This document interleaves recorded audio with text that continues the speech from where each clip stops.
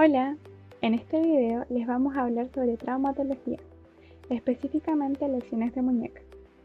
Los integrantes son Valentina Albornoz, Catalina Castillo, Lucas Martínez, Carolina Navarro, Martina Núñez y Josefa Salazar.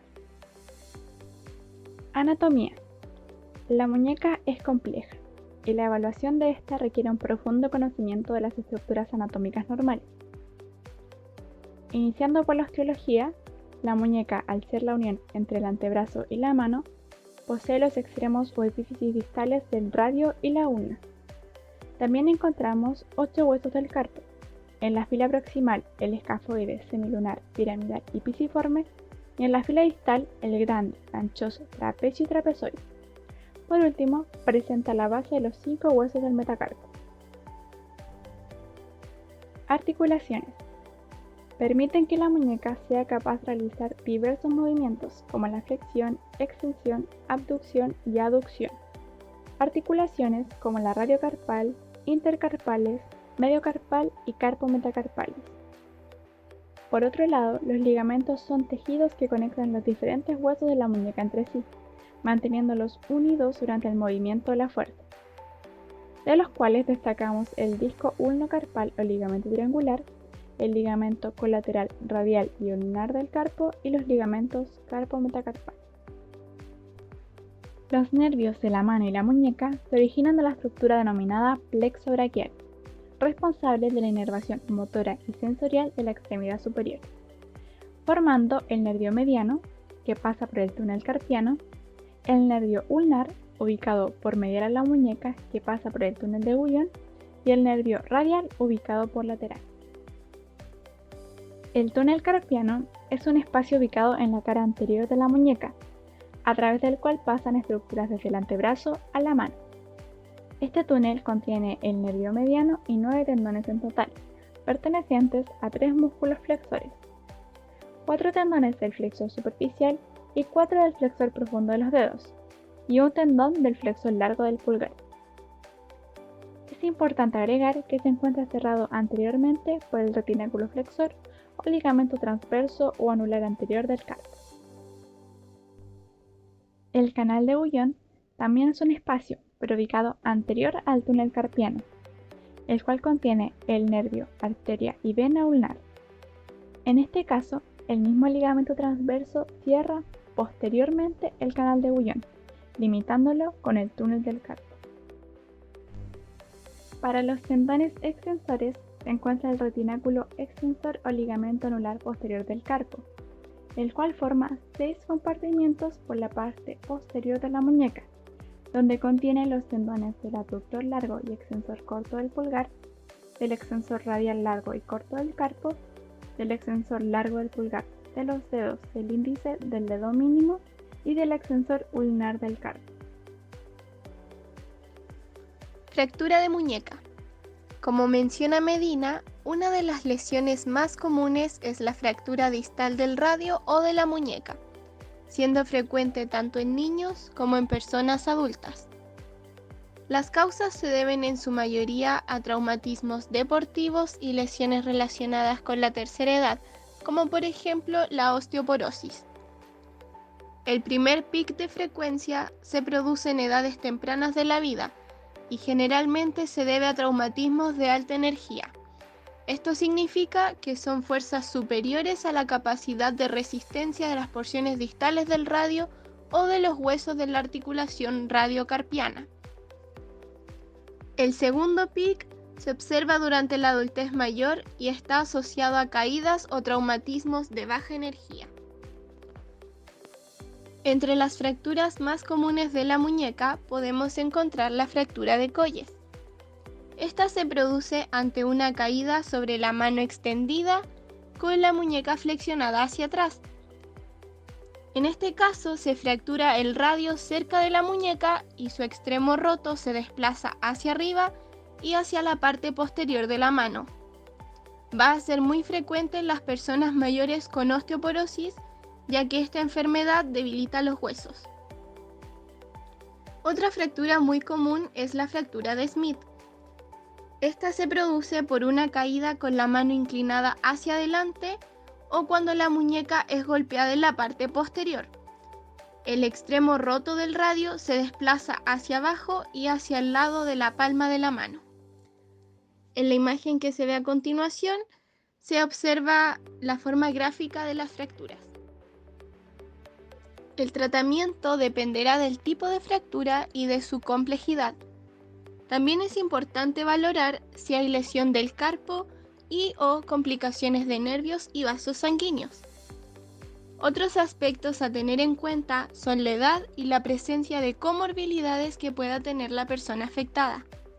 Esto quiere decir que no existe un tratamiento único y se debe valorar cada uno de los casos. Sin embargo, cada intervención debe asegurar congruencia articular, ya que evita el desgaste articular, alineación y longitud radial. Con esto se busca restaurar la biomecánica radiocarpiana y radiocubital distal. Movimiento temprano de dedos, muñeca y antebrazo para optimizar el regreso a las actividades funcionales y por último la estabilidad manteniendo la longitud y alineación hasta la consolidación de la fractura. Los tratamientos para las fracturas de muñeca podrán ser de carácter quirúrgico o inmovilizador. Las fracturas desplazadas y no desplazadas, independientemente de la edad, del grado de osteoporosis y de la actividad física, podrán ser tratadas mediante la inmovilización con yeso. En los casos en los cuales no es posible mantener la reducción con el yeso, se tendrá que recurrir a procedimientos quirúrgicos con el fin de mantener la alineación hasta la consolidación de la fractura. Las técnicas quirúrgicas más utilizadas en la actualidad son la fijación externa, la reducción abierta y la fijación interna con placas palmares. Intervención desde terapia ocupacional. Las fracturas de muñeca disminuyen la capacidad para llevar a cabo las diferentes actividades, ocupaciones y rutinas de la vida diaria de las personas, por lo cual requerirán de la implementación de los dispositivos ortésicos para mantener y controlar una posición correcta, disminuir el dolor, inflamación, otorgar estabilidad y una adecuada alineación de las articulaciones de la muñeca para prevenir y disminuir los efectos negativos de la inmovilización prolongada. Las funciones del terapeuta ocupacional en las órtesis son el diseño, elaboración y adaptación de estos dispositivos como un elemento funcional que facilite la ejecución de los movimientos articulares y mantener alineado el miembro lesionado. Ahora vamos a hablar de otro tipo de lesión en la muñeca, el síndrome del túnel carpiano. Este se produce por el aumento de presión sobre el nervio mediano a nivel de la muñeca. Este síndrome ocurre por causas variadas. En este caso vamos a mencionar 3: por temas laborales, posturas prolongadas en condición de extrema flexión o extrema extensión, entre otros casos. Ahora vamos a hablar de los tratamientos. El principal es el tratamiento quirúrgico, ya que es el que presenta mayor eficacia para este síndrome. También evitar los factores de riesgo con una férula o muñequera como logramos ver en la imagen. Glucocorticoides, que es un fármaco el cual su principal función es la desinflamación del nervio mediano. Y los tratamientos terapéuticos, los cuales veremos a continuación. La intervención del terapeuta ocupacional se basa a través de la rehabilitación y esta tiene como objetivo principal la independencia en la realización de las actividades de la vida diaria del usuario y también de reducir los factores de riesgo. Algunos de los métodos de intervención son el fortalecimiento de músculos y la preparación y utilización de artículos de apoyo. La tendinitis es una condición inflamatoria y degenerativa que se caracteriza por el dolor en las intersecciones tendinosas de los huesos. La muñeca es uno de los sitios más comunes de la tendinitis. La causa principal de tendinitis es la combinación de carga mecánica, uso intenso, movimientos repetitivos, fuerza y posición de la muñeca. Tipos de tendinitis. Tenemos la tendinopatía, que es la degeneración del tendón, la tenosinovitis, que es el bloqueo del tendón por inflamación de la vaina que lo recubre, la tendinopatías por cristales, acá tenemos la gota, es más frecuente en hombres, se debe a la baja solubilidad del urato monosódico que provoca su cristalización y precipitación. La tendinitis calcificante, que se produce por la liberación de sales cálcicas en el espacio intrasinovial de articulaciones o vainas tendinosiviales. En los tratamientos va a estar el reposo, que es mantener reposo en la articulación, descansar y realizar ejercicios de estiramiento y reforzamiento de los músculos cercanos al tendón. Medicamentos: se utilizan varios medicamentos para la tendinitis, medicamentos para el dolor y la reducción de la inflamación, antiinflamatorios no esteroidales, corticoides administrados como inyección, antibióticos si el médico determina que su tendinitis fue causada por una infección, y ya la parte quirúrgica, que es para casos severos de tendinitis, se puede realizar una cirugía para liberar el tendón y que se pueda mover libremente dentro de su cubierta. En la intervención de la tendinitis, el terapeuta ocupacional tiene un trabajo complementario con el fisioterapeuta, ya que ambos profesionales tienen un objetivo en común. Durante las primeras semanas ocupa ultrasonido, masajes, hielo y estiramiento, y esto se hace para que descanse la articulación afectada. Luego introduce ejercicios de fortalecimiento y le enseña a los usuarios a escuchar las señales de su cuerpo. Cuando se vuelve una tendinopatía, se hace una punción seca. Esto vuelve a la lesión aguda para volver a sanar. El síndrome doloroso regional complejo, también conocido como síndrome de Surek, es una patología crónica caracterizada por un dolor persistente, acompañado de alteraciones sensitivas, cambios cutáneos, entre algunas otras condiciones que afectan la zona, pudiendo desencadenar atrofia muscular. Las causas pueden estar divididas con respecto a su clasificación, tipo 1 y tipo 2 respectivamente.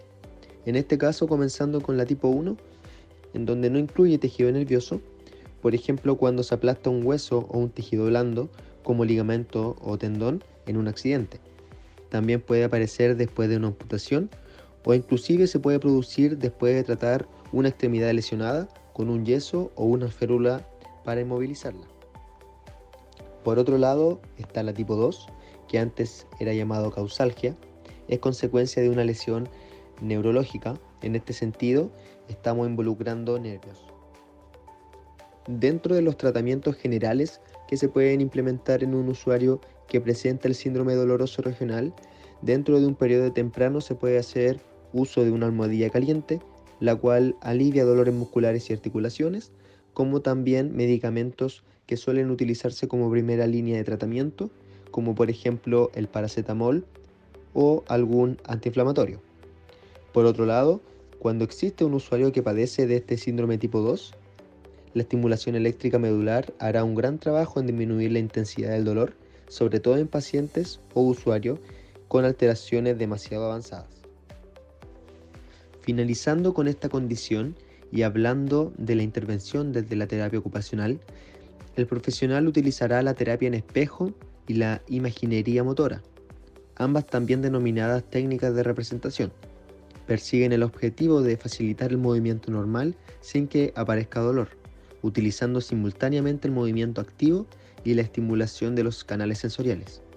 Todo esto para mejorar la calidad de vida del usuario, evitando lo más posible la limitación de su movilidad. Ahora vamos a hablar de otro tipo de lesión, la lesión en los nervios periféricos. Las lesiones de los nervios periféricos se pueden producir a cualquier edad y por diversas causas, como por ejemplo un accidente de trabajo, un accidente doméstico, una parálisis braquial obstétrica u otros. En esta presentación nos centraremos en 3 nervios: el nervio mediano, el nervio cubital y el nervio radial. Cuando hay una lesión en el nervio mediano, esta causa una parálisis, disfunción en los músculos tenares y alteración sensible del pulgar, segundo y tercer dedo, y la porción radial del dedo anular. Por otro lado, cuando hablamos de una lesión del nervio cubital, esta provoca una parálisis e hipotrofia en los músculos intrínsecos de la mano palmar e interosseo dorsal, una eminencia hipotenar y daña otros músculos, lo que resulta una deformidad caracterizada como mano en garra cubital. Y para finalizar, cuando hablamos de la lesión del nervio radial, los usuarios pierden la movilidad del miembro superior afectado, incapacitándolo para realizar sus actividades de la vida diaria. Las lesiones por este nervio son por dos factores relevantes, una neuropatía o fracturas asociadas al húmero. Como podemos identificar, bajo cada nervio se logra ver una imagen de la lesión que provoca en la mano. Cuando hablamos de los tratamientos de los nervios periféricos, se habla principalmente de una cirugía en el caso de los 3 nervios, ya que este es el tratamiento más efectivo, pero cuando hablamos de manera individual, en el caso del nervio mediano se habla de una inmovilización en la cual se pone la muñeca en flexión, una post-inmovilización en la cual se realizan ejercicios que están orientados al rango de movimiento y mejorar la movilidad articular de la muñeca. Cuando hablamos del nervio cubital, este también tiene como tratamiento la inmovilización, post-inmovilización y ejercicios para recuperar el movimiento articular y función muscular, el reentrenamiento y el uso de férulas. Y para finalizar, el tratamiento del nervio radial, que este requiere un conocimiento anatómico y una técnica quirúrgica adecuada para el trabajo en equipo y el tratamiento oportuno de las lesiones que puede provocar este nervio. La intervención del terapeuta ocupacional en las lesiones de los nervios periféricos, mediano, cubital y radial se basa en educar al paciente y usuario de una manera que pueda comprender lo que está sucediendo y puede ocurrir, brindarle una retroalimentación, motivación y también una base de evidencia para que el terapeuta cambie el plan de tratamiento. En estas lesiones es un largo periodo de rehabilitación y educación del paciente es una de las claves del éxito, y el foco debe estar en el proceso de regeneración nerviosa y la interacción cerebral. El primer paper sobre el que les vamos a hablar se titula como Terapia ocupacional en pacientes con síndrome del túnel del carpo. La terapia ocupacional asume un papel importante en el tratamiento de un usuario con síndrome del túnel del carpo, debido a la necesidad de tener actividad de la mano afectada, como también para evitar la posible contracción de los músculos de la mano. Los objetivos de terapia ocupacional es rehabilitar al usuario en aspectos físicos como aumentar su fuerza y volumen muscular, mejorar su coordinación y velocidad. En aspectos psíquicos son estimular el interés en los ejercicios ejecutados, dar oportunidad a una propia iniciativa, conservar o desarrollar la capacidad y hábito de trabajo. Los objetivos sociales son aumentar la sociabilidad y elevar la confianza en sí mismo. Y por último, los objetivos económicos son reintegrar en la vida productiva y buenas relaciones personales. Este paper entrega diferentes técnicas como las de tipo activas, que son las que realizan el usuario sin la ayuda del terapeuta ocupacional, y las técnicas pasivas que realiza con la ayuda del terapeuta ocupacional, entre otros. También menciona que el síndrome del túnel del carpo es común en la menopausia, en artritis reumatoide y embarazo. Los síntomas son adormecimiento, sensación de agujas y debilidad muscular debido a la compresión del nervio mediano.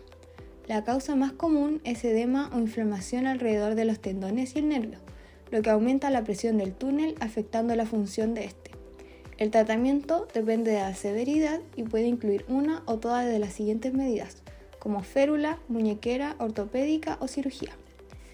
El caso clínico son 5 usuarios adultas de sexo femenino con edades entre 60 y 72 años.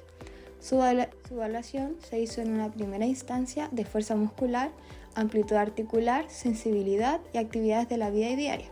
A la segunda semana se indica tratamiento con terapeuta ocupacional 2 veces por semana. En la 7ª semana se realiza una segunda evaluación con propósito de evaluar la evolución. Luego de 6 semanas se realiza la evaluación final para concluir con tratamiento, logrando así la rehabilitación. Si quieres conocer más sobre esta información de este paper, puedes escanear el código QR. El segundo paper se titula con el nombre de Síndrome del canal de Guyon con compresión motora del nervio ulnar. Guyon describió el canal ulnar en la muñeca en 1861. Se dedicó al estudio anatómico y disección de la muñeca. El síndrome de canal de Guyon es una neuropatía poco frecuente que se da por una compresión distal del nervio ulnar en su recorrido a través de la muñeca. Entre más pase el nervio comprimido, mayor es el riesgo de daño irreversible.